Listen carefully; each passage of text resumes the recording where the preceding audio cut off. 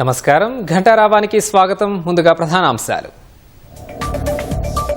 రాష్ట్రాన్ని $1 trillion ఎకానమీగా మారుస్తామన్న CM. దేశంలో అగ్రగామిగా నిలిపే వరకు విశ్రమించబోనని స్పష్టీకరణ.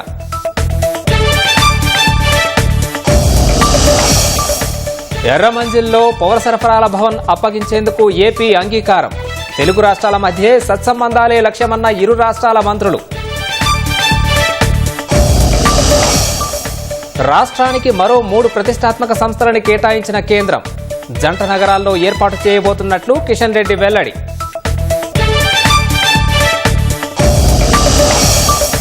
కేసీఆర్ కు ఎమ్మెల్సీ కవిత రాసిన లేఖపై రాజకీయ దుమారం. ఫ్యామిలీ డ్రామా అంటూ కాంగ్రెస్ బీజేపీ విమర్శలు.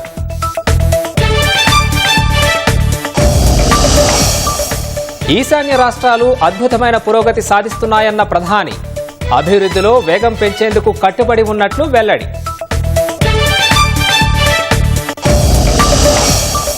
కేంద్రానికి 2.69 లక్షల కోట్లు ఆర్బీఐ డివిడెండ్. గతేడాదితో పోలిస్తే కేంద్రానికి 27% అధికం. యాపిల్ సంస్థపై మరోసారి ట్రంప్ ఒత్తిడికి యత్నం. ఐఫోన్లపై 25% సుంకం విధిస్తానని హెచ్చరిక.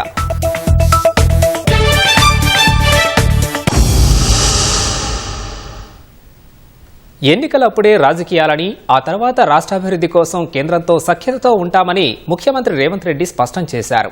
రాష్ట్రానికి రావాల్సిన నిధుల కోసం ప్రధాని మోదీని ఎన్నిసార్లైనా కలుస్తానని తేల్చి చెప్పారు.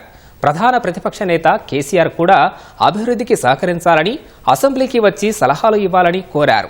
ప్రజా మద్దతుతో రాష్ట్రాన్ని $1 ట్రిలియన్ ఎకానమీగా మార్చి దేశంలోనే అగ్రగామిగా చేసేంత వరకు విశ్రమించబోనని రేవంత్ రెడ్డి స్పష్టం చేశారు. సంగారెడ్డి జిల్లా జహీరాబాద్ లో ముఖ్యమంత్రి రేవంత్ రెడ్డి పలు అభివృద్ధి పనులకు శ్రీకారం చుట్టారు. ముందుగా హుగ్గెల్లి చౌరస్తాలో బసవేశ్వర విగ్రహాన్ని ఆవిష్కరించారు. తర్వాత మాచనూరు శివార్లో నిర్మించిన కేంద్రీయ విద్యాలయ భవనాన్ని ప్రారంభించారు. అక్కడి నుంచి బస్తాపూర్లోని బహిరంగ సభ వేదికకు చేరుకుని 490 కోట్ల విలువైన అభివృద్ధి పనులకు ప్రారంభోత్సవాలు, శంకుస్థాపనలు చేశారు. కాంగ్రెస్ హయాంలోనే కేంద్ర ప్రభుత్వ సంస్థలు నిమ్స్ ఏర్పాటుతో మెదక్ జిల్లా అభివృద్ధి సాధించిందన్నారు. బీఆర్ఎస్ ప్రభుత్వ హయాంలో నిమ్స్ అభివృద్ధి కుంటుపడిందని విమర్శించారు. భూసేకరణను వేగవంతం చేసేందుకు నిమ్స్ భూ నిర్వాసితులకు నష్టపరిహారం పెంచామని, 5,612 కుటుంబాలకు ఇందిరమ్మ ఇల్లు మంజూరు చేస్తామని హామీ ఇచ్చారు. కోఆపరేటివ్ సొసైటీగా ఏర్పడి జహీరాబాద్ చక్కెర ఫ్యాక్టరీ నడిపించుకునేందుకు రైతులు ముందుకొస్తే నిమ్స్లో 100 ఎకరాల స్థలాన్ని కేటాయిస్తామన్నారు. రాష్ట్ర ప్రభుత్వం తరపున అవసరమైన నిధులు ఇచ్చేందుకు సిద్ధమని తెలిపారు.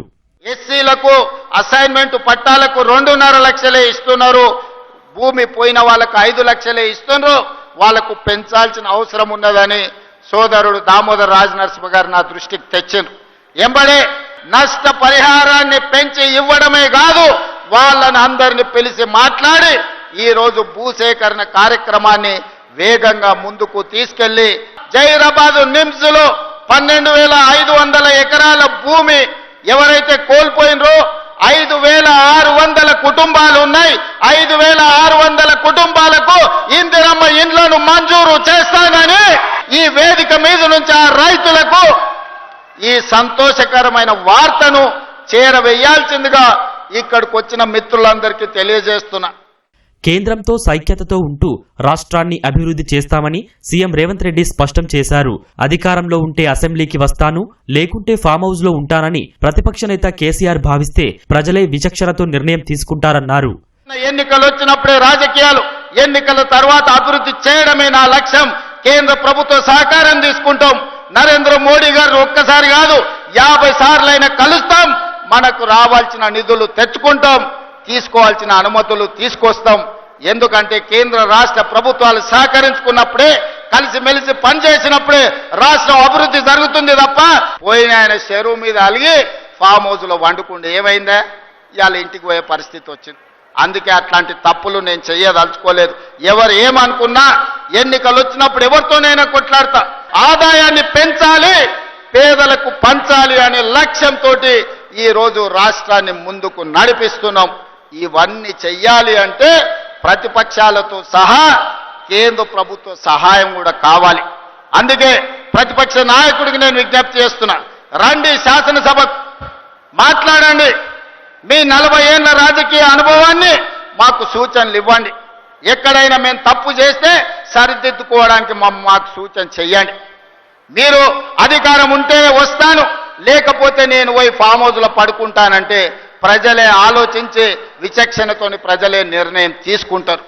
అభివృద్ధి కార్యక్రమాలతో రాష్ట్రాన్ని $1 ట్రిలియన్ ఎకనామీగా మార్చి దేశంలోనే అగ్రగామిగా మార్చేంత వరకు నిద్రపోనని సీఎం రేవంత్ రెడ్డి స్పష్టం చేశారు.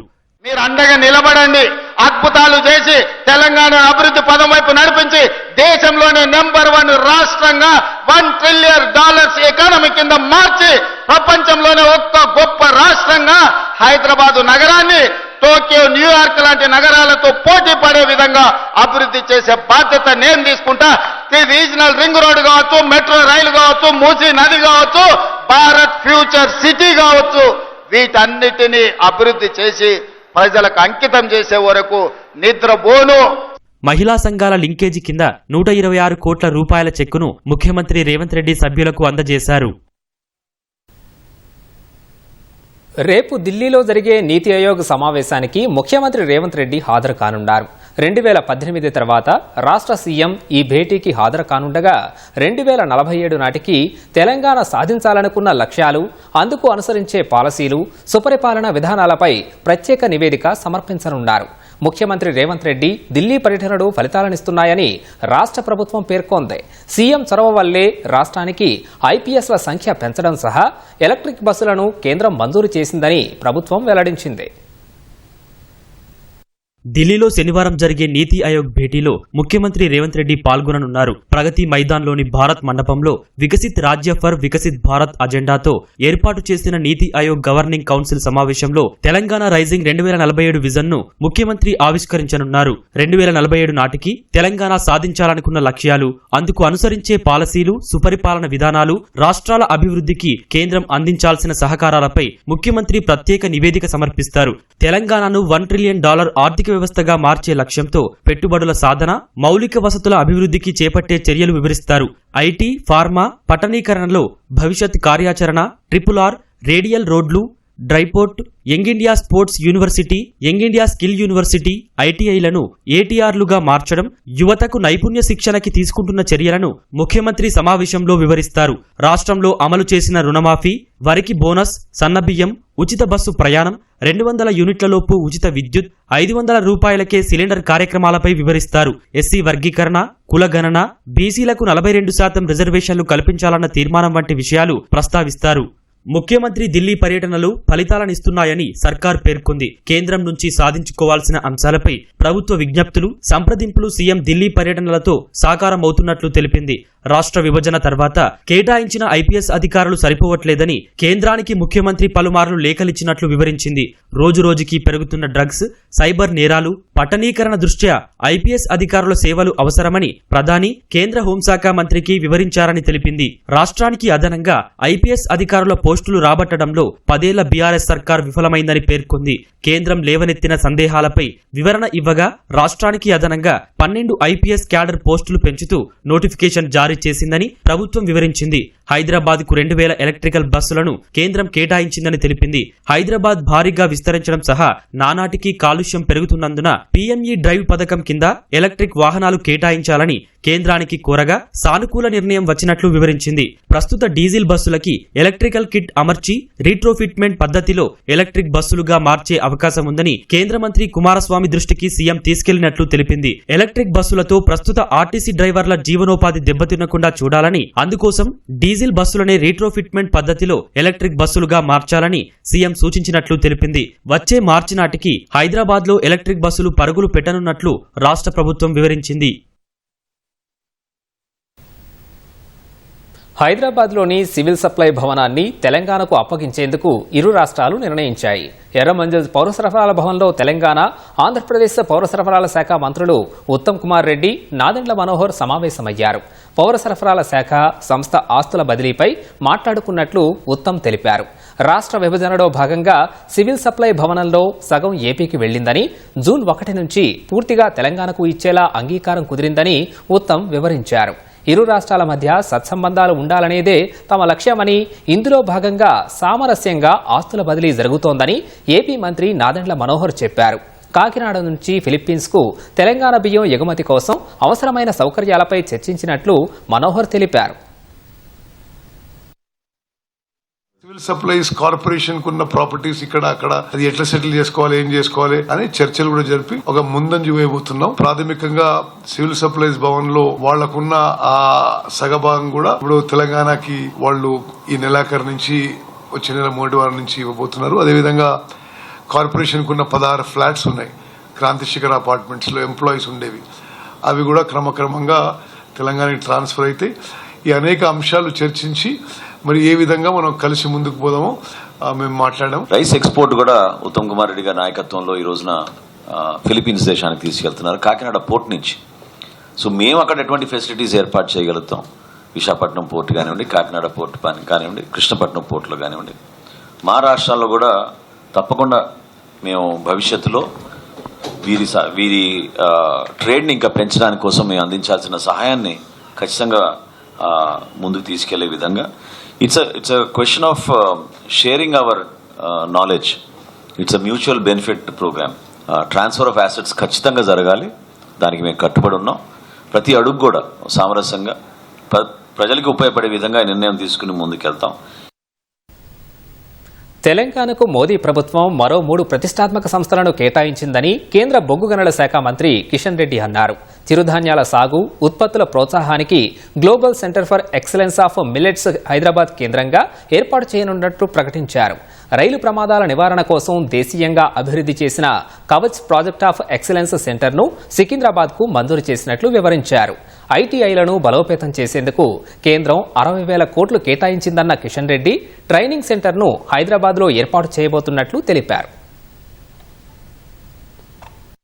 మన తెలంగాణకు మరొక అంతర్జాతీయ సంస్థను కేంద్ర ప్రభుత్వం మంజూరు చేసింది. Global centre for excellence and millets, చిరుధాన్యాలు పరిశోధనను మరింత ముందుకు తీసుకెళ్లడం కోసం కేంద్ర వ్యవసాయ శాఖ 250 కోట్ల రూపాయలతో సంస్థను ఏర్పాటు చేయబోతుంది. మిల్లెట్స్ మ్యూజియం హైదరాబాద్ లో రాబోతుంది. రీసెర్చ్ ఫార్మ్స్ వస్తాయి, దానికి సంబంధించి ట్రైనింగ్ సెంటర్ వస్తుంది.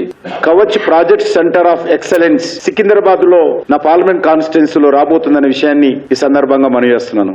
41 కోట్ల రూపాయలు తాత్కాలికంగా ఇన్ఫ్రాస్ట్రక్చర్ కేటాయించింది.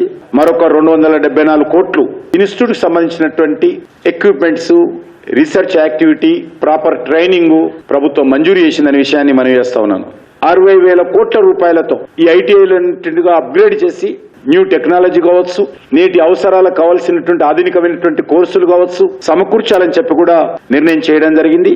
ప్రభుత్వం చేస్తున్నటువంటి యాక్టివిటీ కోసం 5 సెంటర్స్, ఒకటి హైదరాబాదు, ఒకటి భువనేశ్వర్, 3ది చెన్నై, 4 కాన్పూర్, 5 పంజాబ్ లూధియానా.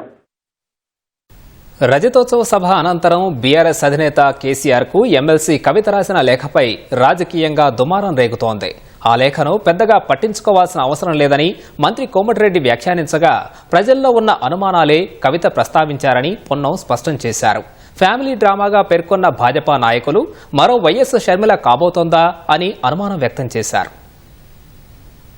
గులాబీ బాస్ కు కూతురు కవిత రాసిన లేఖపై రాజకీయంగా భిన్నాభిప్రాయాలు వ్యక్తమవుతున్నాయి. రాష్ట్రంలో బీఆర్ఎస్ పార్టీ పని అయిపోయిందని ఆరోపించిన మంత్రి కోమటిరెడ్డి వెంకటరెడ్డి ఆ లేఖ కావాలనే సృష్టించిందని విమర్శించారు. ఆ లేఖ కవిత రాశారా లేక పార్టీలో ఎవరైనా కల్పించారా అనేది తేరాల్సి ఉందని ఆయన అభిప్రాయపడ్డారు. పార్టీ నిర్వీర్యం అవుతున్న క్రమంలో హరీష్, కేటీఆర్లు కలిసి ఆడుతున్న డ్రామాగా ఆయన అభివర్ణించారు. ఒకవేళ కొట్టుకుంటే ఆస్తుల పంపకాలు, బినామీ సంపద కోసం కొట్టుకోవాల్సి ఉంటుంది తప్ప మిగిలిన అన్ని విషయాల్లో వారంతా ఒకటేనని కోమటిరెడ్డి స్పష్టం చేశారు. 10 సంవత్సరాల అధికారంలో ఉండి అప్పటికే దక్షిణ తెలంగాణలో 36 సీట్లలో 33 సీట్లు కాంగ్రెస్, ఒక్కొక్కరు 50-60 మెజార్టీ గెలిచి టీఆర్ఎస్ అనే పార్టీ లేదు. అలాంటి సందర్భంలో అక్కడ ఎమ్మెల్సీ క్యాండిడేట్ పెట్టలేక బీజేపీ సపోర్ట్ చేశారు. సో అక్కడ 0 అయిపోయింది, మా దగ్గర 0. పార్టీ భవిష్యత్తు లేదు. రైతుల సభలో కూడా మీరు చూసిండ్రు, రాజు యువరాజు తప్ప వేరే వాళ్ళ ఫోటోలు లేవు. నష్టం కాదు, లాభం కాదు, అది పెద్ద జోక్ గా తీసుకుంటారు పబ్లిక్. బీజేపీని 2 నిమిషాలు తిట్టి మరి ఈమె రాసిచ్చిపోయేది ఉండే వాళ్ళ ఆయనకు స్పీచ్, బీజేపీని 20 నిమిషాలు తిట్టు మరి కంటే చెప్పి ఈ పాయింట్ రాసిచ్చిపోతే అయిపోతున్నాయి కదా. బీజేపీ బీఆర్ఎస్లు గల్లీలో కుస్తీ ఢిల్లీలో దోస్తీ అనడానికి ఎమ్మెల్సీ కవితలేకే నిదర్శనమని మంత్రి పొన్నం ప్రభాకర్ అన్నారు. తెలంగాణ సగటు పౌరుడికి ఉన్న అనుమానాల్ని కవిత లేవనెత్తారని కరీంనగర్లో చెప్పారు. కవిత లేఖపై కేసీఆర్, కేటీఆర్, హరీష్ రావు ఎందుకు స్పందించడం లేదని ప్రశ్నించారు.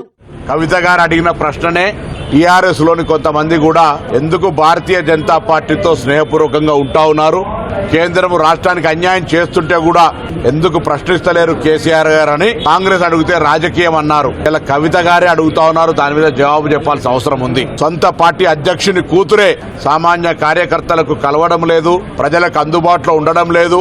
కేసీఆర్ గారైనా జవాబు చెప్పాల్సిన అవసరం ఉంది. ఇలా కిషన్ రెడ్డి గారు కేసీఆర్ ప్రతిపాదించిన బీజేపీ అధ్యక్షుడు అనే మాట వాస్తవమా కాదా, ఇటు కేసీఆర్ గారు గాని అటు బీజేపీ పార్టీ గాని స్పందించాల్సిన అవసరం ఉన్నది. లెటర్ టు డాడీ అని ఎమ్మెల్సీ కవిత రాసిన లేఖ ఓటీటీ ఫ్యామిలీ డ్రామా అని కేంద్ర హోంశాఖ సహాయ మంత్రి బండి సంజయ్ ఎద్దేవా చేశారు. టైటిల్ కాంగ్రెస్ వదిలిన బాణమని చమత్కరించారు. కాంగ్రెస్, బీఆర్ఎస్ పార్టీలు విఫలమయ్యాయని, అందుకే రెండూ కలిసి బీజేపీని బదనాం చేసే కుట్రలకు తెరలేపాయని ఎక్స్ వేదికగా మండిపడ్డారు. కుటుంబ సంక్షోభాలను ప్రజల భావోద్వేగాలుగా మలుస్తున్నారని విమర్శించారు. ఎమ్మెల్సీ కవిత కేసీఆర్ కు రాసిన లేఖ రాజకీయ పంచాయతీనా, ఆస్తుల పంచాయతీనా అని మెదక్ ఎంపీ రఘునందన్ రావు ప్రశ్నించారు. రజతోత్సవ సభతో కేసీఆర్ కుటుంబంలో వారసత్వ చిచ్చుకు బీజం పడిందన్నారు. కవితను పార్టీ నుంచి బయటకు పంపించడం కోసం బావా బామ్మర్దులు ఒకటయ్యారనే సంకేతాలు పంపారని ఆరోపించారు. కవిత మరో షర్మిల కాబోతున్నట్లు కనిపిస్తుందని ప్రజలు అనుమానపడుతున్నారని ఎద్దేవా చేశారు. ఈ డ్రామా వెనుక ముఖ్యమంత్రి రేవంత్ రెడ్డి ఉన్నట్లుగా కనిపిస్తోందని రఘునందన్ అన్నారు.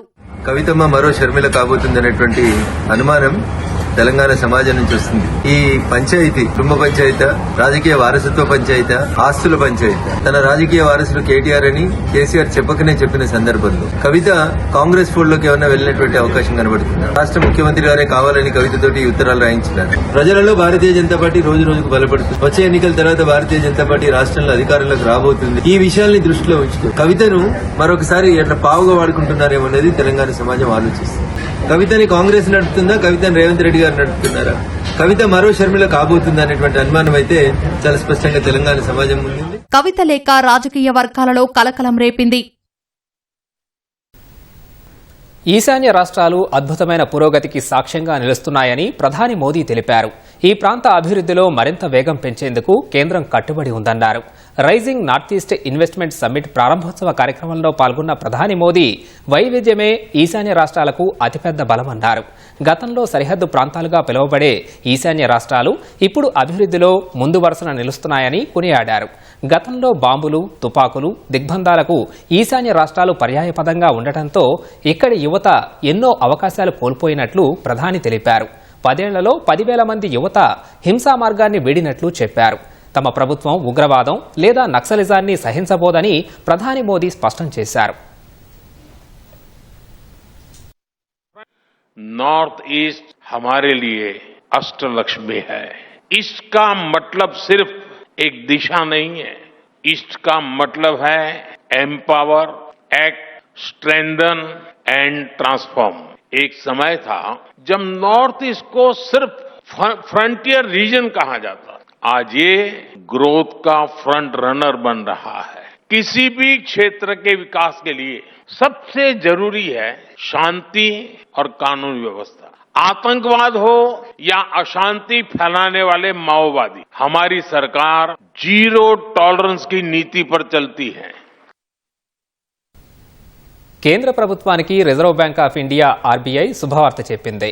గత ఆర్థిక సంవత్సరానికి గాను డివిడెండ్గా 2.69 లక్షల కోట్లు చెల్లించేందుకు నిర్ణయించింది. ఆర్బీఐ గవర్నర్ సంజయ్ మల్హోత్రా నేతృత్వంలో ఆర్బీఐ కేంద్ర బోర్డు డైరెక్టర్లు నిర్వహించిన 616వ సమావేశంలో ఈ నిర్ణయం తీసుకున్నారు. పెద్ద మొత్తంలో మిగులు నిధులను బదిలీ చేసేందుకు ఆమోదం తెలిపారు. దేశీయ, అంతర్జాతీయ ఆర్థిక పరిస్థితులు, రిస్క్ ముప్పును సమీక్షించిన అనంతరం ఈ నిర్ణయం తీసుకున్నట్లు ఆర్బీఐ ఓ ప్రకటనలో పేర్కొంది. కంటిజెంట్ రిస్క్ ఫర్ బఫెల్ లెవెల్ను కూడా 6.5% నుంచి 7.5%కి పెంచింది. 2023-24 ఆర్థిక సంవత్సరంలో కేంద్రానికి ఆర్బీఐ 2.1 లక్షల కోట్లు చెల్లించింది. అప్పటితో పోలిస్తే ఇప్పుడు మొత్తం 27.4% మేర పెరిగింది. 2022-23 ఆర్థిక సంవత్సరానికి ఆర్బీఐ 87,416 కోట్లు డివిడెండ్ రూపంలో చెల్లించింది. ఏటికేడు ఈ మొత్తం పెరుగుతూ వస్తోంది. వివిధ ఆదాయాల వ్యయాల మధ్య తేడాను మిగులు నిధులుగా వ్యవహరిస్తారు. ఈ మిగులు నిధులను ఆర్బీఐ ఏటా కేంద్ర ప్రభుత్వానికి డివిడెండ్ రూపంలో చెల్లిస్తుంది. భారత్లో ఉగ్రవాదాన్ని పూర్తిగా పాకిస్తాన్ పెంచి పోషిస్తుందనే వాస్తవాన్ని ఆపరేషన్ సింధూర్ బయటపెట్టిందని కేంద్ర హోంమంత్రి అమిత్ షా వెల్లడించారు. ఆపరేషన్ సింధూర్ సమయంలో పాకిస్తాన్ దుర్మార్గమైన చర్యలను అడ్డుకొని భారత సైన్యం తన సామర్థ్యాన్ని నిరూపించుకుందని తెలిపారు. ఢిల్లీలోని బీఎస్ఎఫ్ కార్యక్రమంలో పాల్గొన్న కేంద్ర హోంమంత్రి ఆపరేషన్ సింధూర్తో ఉగ్రవాదానికి ధీటైన జవాబిచ్చామని చెప్పారు. పాక్లోని ఉగ్రస్థావరాలను భారత్ లక్ష్యంగా చేసుకుంటే పాక్ ఆర్మీ భారత్పై దాడులకు తెగబడిందని మండిపడ్డారు. పౌర నివాసాలు, సైన్య స్థావరాలపై దాడులకు యత్నించి విఫలమయ్యారన్నారు. ఈ చర్యతో ఉగ్రవాదం పోషకులుగా పాకిస్తాన్ నిరూపించుకున్నారని అమిత్ షా పేర్కొన్నారు.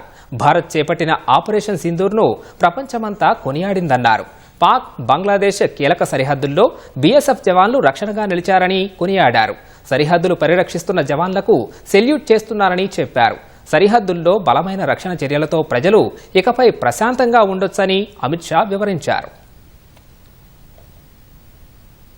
మే 23-24 తేదీల్లో భారత్ క్షిపణి పరీక్షలు నిర్వహిస్తున్న తరుణంలో అండమాన్ నికోబార్ గగనతలాన్ని తాత్కాలికంగా మూసేశారు. ఈ మేరకు అధికారులు ఎయిర్లైన్స్కు ఆదేశాలు జారీ చేశారు. 2 రోజుల పాటు ఈ ప్రాంతంలో క్షిపణి పరీక్షలు నిర్వహించే అవకాశం ఉండటంతో గగనతలంలో విమానాలు ఎగరడానికి అనుమతించమని తెలిపారు. పహల్గాం ఉగ్రదాడికి ప్రతీకారంగా పాక్ ఉగ్రస్థావరాలపై భారత్ క్షిపణులను ప్రయోగించింది. ఈ క్రమంలో పెద్ద మొత్తంలో ఆయుధాలను సమకూర్చుకుంటున్న భారత్ స్వదేశీ ఆయుధాల తయారీని వేగవంతం చేసింది. ఇందులో భాగంగా పలు క్షిపణి పరీక్షలను భారత్ నిర్వహిస్తోంది. ఐఫోన్ తయారీ సంస్థ యాపిల్పై అమెరికా అధ్యక్షుడు డొనాల్డ్ ట్రంప్ మరోసారి ఒత్తిడి తీసుకొచ్చే ప్రయత్నం చేశారు. అమెరికా వెలుపల ఉత్పత్తయ్యే ఐఫోన్లపై 25% సుంకం విధిస్తానని ట్రంప్ ప్రకటించారు. అమెరికాలో ఐఫోన్లు తయారు చేయకపోతే యాపిల్ ఉత్పత్తులపై సుంకం తప్పదని ట్రంప్ హెచ్చరించారు. భారత్తో పాటు ఇతర దేశాల్లో కాకుండా కేవలం అమెరికాలో తయారు చేసిన ఐఫోన్లు మాత్రమే అమెరికాలో విక్రయించాలని ఇప్పటికే ఆ సంస్థ అధినేత టిమ్ కుక్ స్పష్టం చేసినట్లు ట్రంప్ తెలిపారు. అలా కాని పక్షంలో యాపిల్ సంస్థ తమ ఉత్పత్తులపై 25% సుంకం చెల్లించాల్సి ఉంటుందని ట్రూత్ సోషల్ వేదికగా పేర్కొన్నారు. అటు EU దేశాలపైన ట్రంప్ సుంకాల కొరడా విధించారు. EU దేశాలపై 50% సుంకం విధిస్తామని ట్రంప్ ప్రకటించారు. జూన్ 1 నుంచి ఇవి అమల్లోకి రానున్నట్లు చెప్పారు. EUతో చర్చలు విజయవంతం కాలేదని, చర్చలు నిలిచినందున సుంకాలు పెంచుతున్నట్లు ట్రంప్ వెల్లడించారు.